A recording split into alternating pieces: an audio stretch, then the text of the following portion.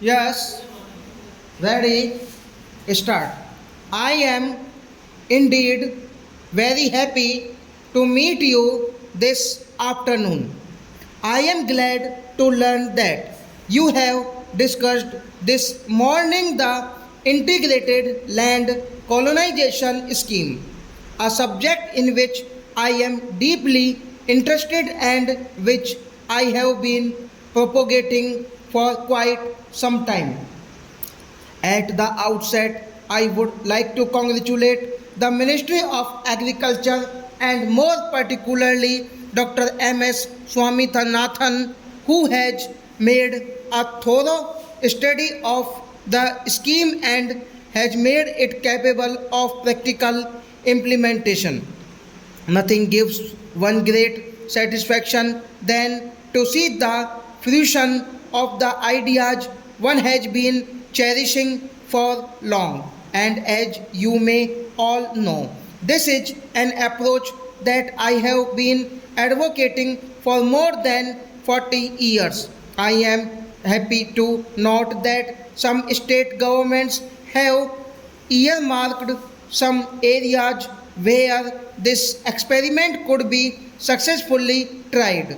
According to my conception, the land colonization schemes have more than the limited objective of providing employment or improving agriculture, making it modern and scientific. These colonies, in my opinion, should become the nucleus of all developmental activities. It is nothing new. For Gandhiji always laid stress on the organization of self-reliant rural communities simultaneously with the transformation that we wish to bring about on the agricultural front. Our attempt should be to set up a number of agro-based industries and generate a new awareness among the rural population. In this connection, I was gratified to go through the note Dr. Swaminathan has circulated to the seminar participants on some of the approaches to rural development. I must say he has put my ideas in a nutshell and in a much better manner than I have myself done. I have seen the design drawing that he has circulated, which to my mind will substantially translate my slogan every acre a pasture, every home a factory in regard to the reconstruction of our rural economy, which forms the basis of our economic and social life. I would like to mention that while I am not against modernization, we should not forget the old age experience and knowledge of our farmers, which has come down through centuries. In the name of bringing progress to our rural life, we should not superimpose an urban Western culture which may not have any relevance. Such an attempt at superimposition of an aligned culture will not help to achieve rural resurgence as such unless and until we build a strong and sure foundation of our rural life utilizing local talents, material and resources. Whatever we try to achieve may not yield the desired results. The energy crisis faced even by advanced countries has opened their eyes to the fragility of the entire system. To us in India, this has a lesson. The shortage of fertilizers and the limited availability of agricultural inputs will act as a serious constraint on our improvement in agricultural production and productivity.